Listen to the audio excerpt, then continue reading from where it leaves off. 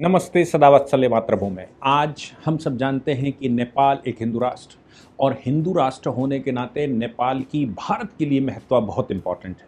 ख़ास तौर से 2004 से लेकर 2014 तक की जब सरकार भारत में चली तो उस समय नेपाल से हमारी दूरियां बनी, नेपाल में सत्ता परिवर्तन हुआ, नेपाल के राजा को ध्वंस किया गया और उसके बाद कम्युनिस्ट शासन वहाँ शुरू हुआ।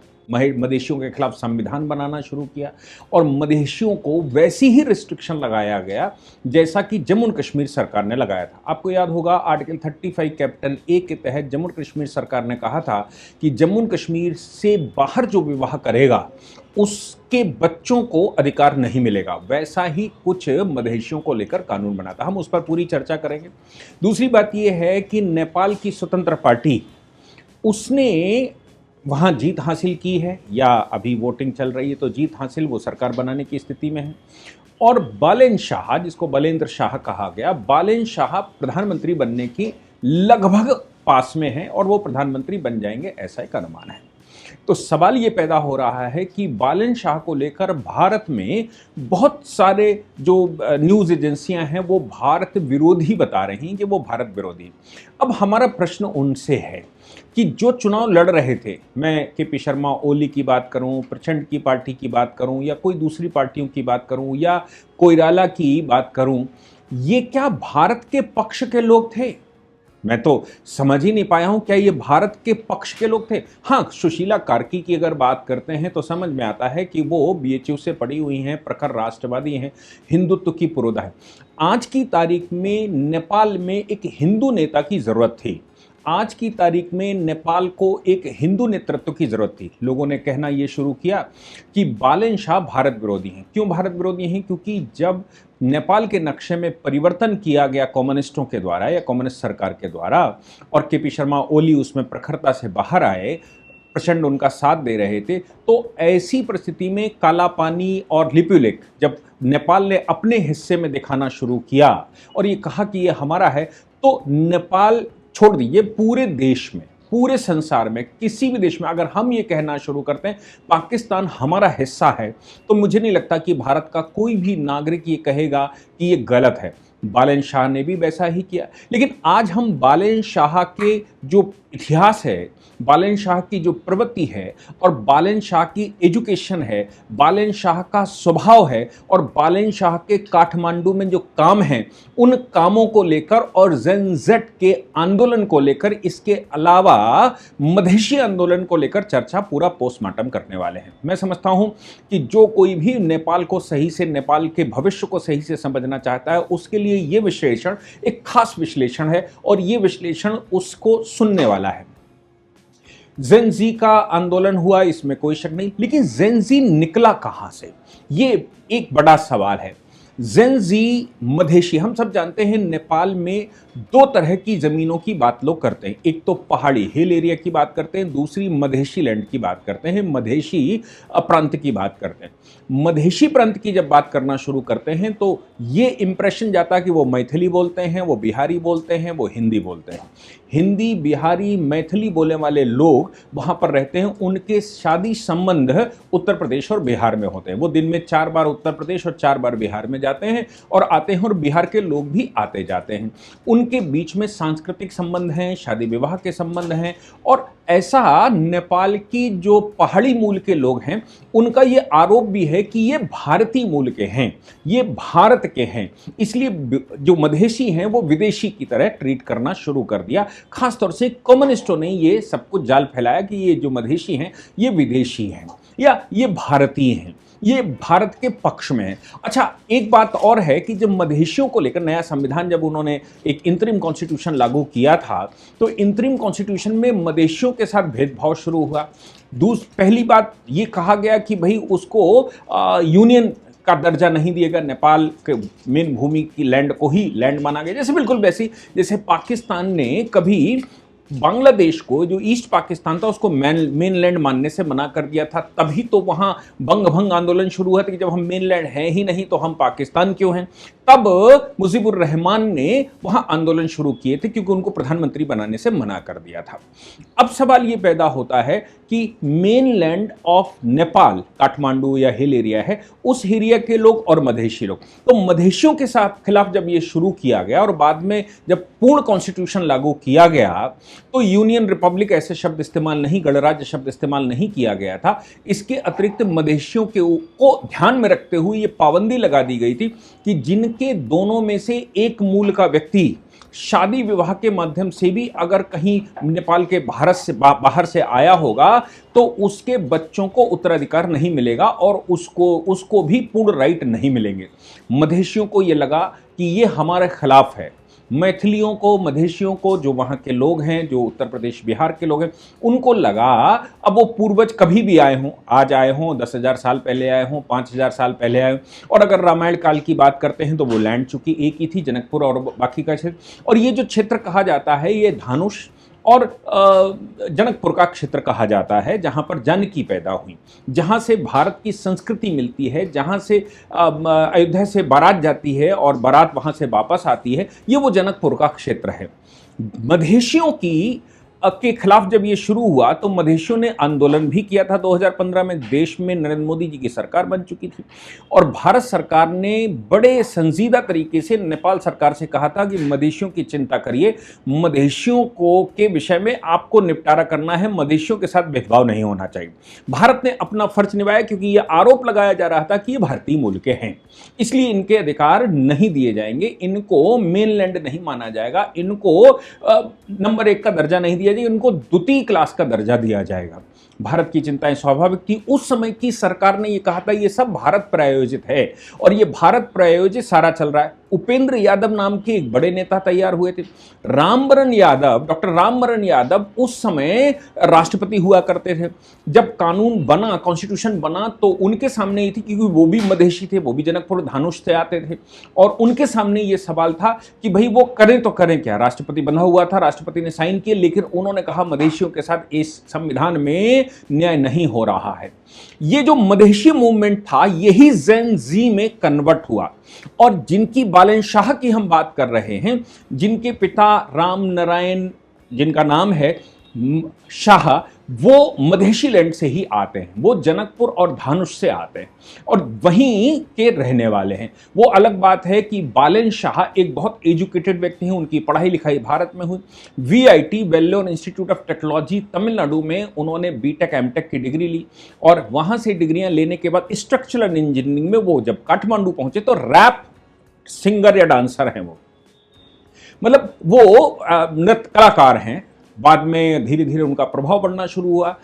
काठमांडू में उन्होंने चुनाव लड़ा और चुनाव में जेन जी को साथ मिलाया, मतलब यंगस्टर्स को साथ मिलाया। ये आह्वान किया कि भाई देखो, डिपेंडेंसी नेपाल की खत्म होनी चाहिए, चाइना पर भी नहीं होनी चाहिए और भारत पर भी नहीं होनी चाहिए। चूंकि प्रचंड की सरकार या केपी शर्मा ओली, चूंकि केपी शर्मा ओली की सरकार जब उस समय आई थी तो ये जेन जी के मूवमेंट या फिर मैं कहूं मधेशी मूवमेंट के बाद ही आई थी।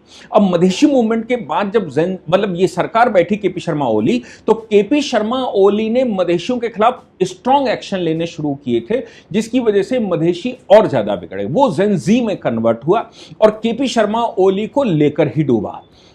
जेन जी का जो मूवमेंट है मोस्टली मधेशियों और जो यंग ब्लड है नेपाल का, जो मोस्टली भारत से कनेक्टेड है या भारत में आकर पढ़ा या भारत से उसका सांस्कृतिक संबंध है या फिर जो एजुकेटेड है, जिसको नेपाल सही चाहिए, वो सारा इस बात को लेकर कि चाइना के नजदीक जा रहे हैं। केपी शर्मा ओली का कहना यह था कि चूंकि मधेशियों का कनेक्शन भारत से है, इसलिए भारत की डिपेंडेबिलिटी कम करके हम चाइना के पास जा रहे हैं। चाइना ने उनकी बहुत बड़ी जमीनें कब्जा करना शुरू कर दिया, चाइना ने उनको कर्जा बढ़ा देना शुरू कर दिया, चाइना ने उनको चारों ओर से घेर लिया। जेन जी ने उस भ्रष्टाचार को और चाइना की तरफ जाने को केपी शर्मा ओली की नीतियों का विरोध करते हुए केपी शर्मा ओली को निपटा दिया। अब इस जो काठमांडू में मूवमेंट हो रहा था, इसका नेतृत्व वहां के मेयर बालन शाह कर रहे थे, जो एक मधेशी हैं। बालन शाह ने काठमांडू में जो परिवर्तन किए, खासतौर से काठमांडू की समस्या कचरा थी, वेस्ट मैनेजमेंट की थी, बिजली की थी और बहुत सारी समस्याएं इंक्रोचमेंट की थी कि उन्होंने नदियां, जो नाले नौले वहां बहते हैं, उनको कब्जा कर लिया था, नदियां जो वहां बह रही थी उनको कब्जा कर लिया, फिर रोडों को स्ट्रक्चरल कब्जा कर लिया था। बालेन शाह जब वहां बैठे तो उन्होंने भारतीय इंजीनियर्स की मदद से, चूंकि वो भारत में रहे, भारत में पढ़े, इसलिए वो भारतीय उनके जो मित्र थे या जो उनके जहां से वो सहयोग ले सकते थे, उनके सहयोग से उन्होंने काठमांडू को ठीक किया। कचड़े का वेस्ट मैनेजमेंट, सूखा कचरा, गीला कचरा जैसा भारत में चलता है, वैसा कुछ आंदोलन शुरू किया और उनका मैनेजमेंट किया। और इसके अतिरिक्त तो उन्होंने बुलडोजर चलवाया। भारत से प्रेरित थे। भारत में बुलडोजर 2017 के बाद चल ही रहा था, मतलब मोदी जी के आने के बाद या योगी जी के आने के बाद। तो उस बुलडोजर से प्रेरित होकर उन्होंने वहां रोडें खाली करवानी शुरू कर दी, इंक्रोचमेंट खत्म करना शुरू। इस पूरे प्रकरण से नेपाल के लोग, चाहे वो मधेशी हो चाहे वो यंग ब्लड हो, वो बड़ा खुश था कि कोई एक आदमी तो है जो भ्रष्टाचार के विरुद्ध काम कर रहा है। इसके अतिरिक्त जितनी भी बैठकें मेयर की हुई या पॉलिसी मेकिंग थी, उनको ऑनलाइन स्ट्रीम करना शुरू कर दिया। उन्होंने कभी पूरे देश को पता चलना चाहिए कि अगर हम क्या कर रहे हैं और हमारी पॉलिसी क्या है, पारदर्शिता होनी चाहिए, भ्रष्टाचार नहीं होना चाहिए। जबकि केपी शर्मा ओली पूर्ण रूप से भ्रष्टाचार में सने हुए थे और चाइना से ओन किए हुए थे। ऐसा लग रहा था कि चाइना को मॉर्गेज कर दिया हो, यानी कि गिरवी रख दिया हो नेपाल को।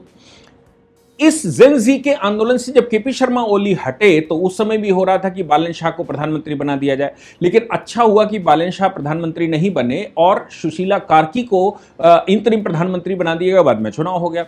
चुनाव में इस जेन-जी ने, जो कि मधेशी, मोस्टली एक तिहाई मधेशी वोटर है वहां पर, मधेशी खुलकर बालन शाह के साथ खड़ा हुआ। और इसके अतिरिक्त जो यंग ब्लड है वो बालन शाह के साथ खड़ा हुआ, क्योंकि पिछली सरकार लगातार चाइना के पक्ष में जा रही थी, जबकि नेपाल का कोई भी व्यक्ति, 1-2% छोड़ दीजिए, कोई भी व्यक्ति नेपाल का भारत से अपने सांस्कृतिक रिश्तों को भुला नहीं सकता। बाउंड्री डिस्प्यूट हो सकते हैं, थोड़े बहुत हमारे आपस में बीच में हो सकते हैं। हमारी सेनाओं के जो सेनाध्यक्ष होते हैं वो एक दूसरे को ट्रीट देते हैं, एक दूसरे को सैल्यूट करते हैं, वो हमारे ऑनरेरी सेनाध्यक्ष होते हैं। हमारा सेनाध्यक्ष भी उनका ऑनरेरी सेनाध्यक्ष होता है।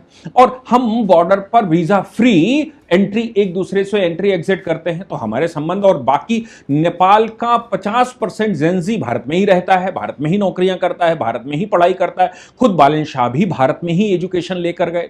बालन शाह की एक और खास बात थी कि उन्होंने काठमांडू के मंदिरों का पुनरुत्थान करवाया, बिल्कुल वैसे ही जैसे मोदी जी के बैठने के बाद काशी कॉरिडोर की बात करें, महाकाल कॉरिडोर की बात करें, या फिर हम प्रयाग की बात करें, कुंभ की बात करें, या देश भर में इस तरह के जो मंदिर थे जो हमारे पर्यटन के मुख्य केंद्र हो सकते थे, उन पर कॉन्सेंट्रेट किया गया।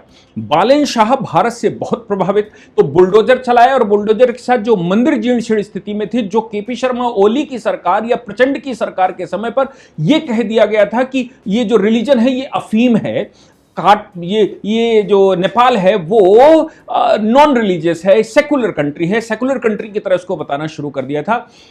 बालन शाह ने मंदिरों का जीर्णोद्धार करवाना शुरू किया, पुराने स्ट्रक्चर्स का संरक्षण करना शुरू किया, पुराने जो किले, महल, जो भी छोटी मोटी जगह थी उनका संरक्षण करना शुरू किया, और काठमांडू को हिंदुत्व की नगरी की तरह पेश किया।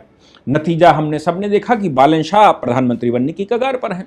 लेकिन भारत में जो चल रहा है कि बालन शाह ने जो स्टेटमेंट दिया, अब मुझे बताइए, मैं खड़ा हूं अगर नेपाल में, या कोई भी खड़ा हो, वो कहता है मैं चाइना के प्रभाव से खत्म, दूर जाना चाहिए, तो क्या वो ये कह देगा कि हमें भारत के प्रभाव में जाना चाहिए? उसको कहना है कि भाई दिल्ली से हमें दिल्ली से अच्छी मदद मिलती है, दिल्ली से हम सहयोग करना चाहते हैं, दिल्ली से सहयोग लेना चाहते हैं, लेकिन बराबरी के दर्जे पर। वो तो हमारे प्रधानमंत्री भी अमेरिका से बात करते हैं, तो कहते हैं बराबरी के दर्जे से बात करेंगे। नेपाल अगर ये कह रहा है कि हम बराबरी के दर्जे से बात करेंगे, तो what is wrong in that? Bharat तो भूटान जो कि प्रोटेक्टोरेट स्टेट है, भूटान के राष्ट्रपति, प्रधानमंत्री, वहां के राजा, उनको भी उतना ही सम्मान देता है। और योर हाइनेस, हमारे मोदी जी जो हैं वो यूराइनस करके उनको संबोधित भी करते हैं। अगर नेपाल ऐसा कह रहा है तो हमारी भारत की तो नीति हमेशा से रही है कि हम बराबरी में ही विश्वास करते हैं, हम किसी को छोटे बड़े में विश्वास ही नहीं करते।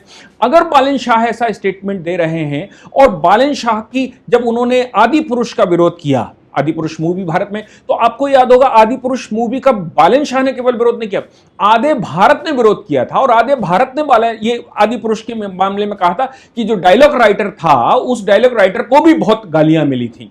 और जो मूवी थी, भले ही पिक्चराइजेशन बहुत अच्छा किया गया हो, लेकिन उस मूवी को ऐसा कहा गया कि भारतीय संस्कृति से डाइवर्ट कर दिया गया, और भारतीय संस्कृति से डाइवर्जन भारत को स्वीकार नहीं। इस बात को लेकर उनमें सीता को भारत की बेटी कह दिया गया। तो बालन शाह ने स्टेटमेंट दे दिया था कि वो नेपाल की बेटी थी, भारत की बेटी नहीं थी। इसका मतलब यह हो गया कि रिलीजियस जो इंटीग्रेशन है भारत का नेपाल के साथ, उसको बालन शाह खुलकर बोल रहे थे। इसके अतिरिक्त तो उन्होंने जब भारत की पार्लियामेंट में ग्रेटर भारत या मैं कहूं बृहत्तर भारत की तस्वीर बनाई गई, आपने अगर पार्लियामेंट नई में मैं गया हूं, मैंने देखा है कि पुराने भारत की तस्वीर ऐसे नहीं बनाई गई। ये बताया गया कि भाई 5000 साल पहले ऐसा था, वहां से हर शासक के समय पर भारत का नक्शा कैसा था वो नक्शे लगाए गए।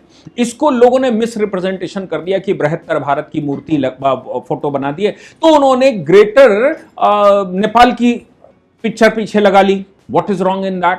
अपने देश को, जब आपका देश जिस समय रहा हो, आप बताइए कि भाई 8वीं सदी में इतना बड़ा था, 9वीं सदी में इतना बड़ा था, 6ठी सदी में इतना बड़ा था, 200 ईसा पूर्व इतना बड़ा था। भारत ने वैसा किया तो वो भी कर सकते हैं। अब इस बात को लेकर ये कहा जा रहा है कि नहीं वो भारत विरोधी है। मैं समझता हूं कि भारतीय संस्कृति को, हिंदू संस्कृति को स्थापित करना, और जो व्यक्ति जिसने अपने चुनाव की कैंपेन शुरू की हो, जनकपुर से जब कैंपेन शुरू करी उन्होंने, तो मैथिली में भाषण दिया था, यानी कि हिंदी में भाषण दिया था। मैथिली हिंदी से मिलती है। मैथिली में भाषण देके उस आदमी ने अपना आंदोलन शुरू किया था या चुनाव प्रचार शुरू किया था। ऐसे व्यक्ति को, जिसको यह डर नहीं है कि पहाड़ी नाराज हो जाएगा, पहाड़ी वोटर का क्या होगा, जिसको यह डर नहीं है कि भाई अगर मैं मैथिली हूं, मैं मधेशी हूं, तो मैं अगर मधेशी का स्टेटमेंट या उस भाषा का इस्तेमाल करता हूं, what is wrong in that? तो मैं समझता हूं कि इसमें कुछ गलत नहीं है। लेकिन उनके जो काम 4 साल के हैं, उनकी जो एजुकेशन है, उनका जो सिस्टम है, वो सब कुछ ये बता रहा है कि अब नेपाल ने निर्णय कर लिया है कि वो भारत के साथ ही है और भारत के अनुरूप ही चलेगा। उनके काम, जो बुलडोजर का एक्शन मैंने कहा, जो मंदिरों का जीर्णोद्धार किया, जो वेस्ट मैनेजमेंट का काम किया, और जो मधेशी मूवमेंट के दौरान उनके पिता का रिस्ट्रक्चर हुआ, वो अलग बात है कि वो काठमांडू में रहते हैं। उनके पिता एक प्रसिद्ध आयुर्वेदिक डॉक्टर हैं, वैद्य हैं, तो वो वहां पर रहते हैं, लेकिन अपनी पहचान को कभी नहीं छुपाया। और सबसे इंपॉर्टेंट बात है कि पूरा नेपाल हिंदुत्व के नाम से उनके साथ खड़ा हुआ। मैं अगर कहूं कि वो भारत के नरेंद्र मोदी हैं, वो नेपाल के नरेंद्र मोदी हैं, या नेपाल के योगी जी हैं जो बुलडोजर सही से चला लेते हैं, तो गलत नहीं होगा। और अगर राष्ट्र प्रथम की बात कोई करता है तो उसमें भारत के लोगों को कोई समस्या नहीं होनी चाहिए। इसका घोतक ये नहीं है कि वो भारत विरोधी हैं। वो कह रहे हैं कि चीन से दूरी बनानी है, भारत का सहयोग लेना है, लेकिन बराबरी के दर्जे पर लेना है। ये भारत की भी लाइन है, इसमें कोई बुराई मुझे तो नजर नहीं आती। अगर किसी को आती हो तो लिखकर जरूर बताइएगा, आपको सबको लगता हो तो लिखकर जरूर बताइएगा। मैंने बिटवीन द लाइंस पढ़ने की कोशिश करी, उनका इतिहास भूगोल निकाल कर बताने की कोशिश करी। अगर आपको लगता है कि इसमें कुछ संशोधन होना चाहिए तो निश्चित रूप से आप लिखकर बताइए। जय हिंद, जय भारत,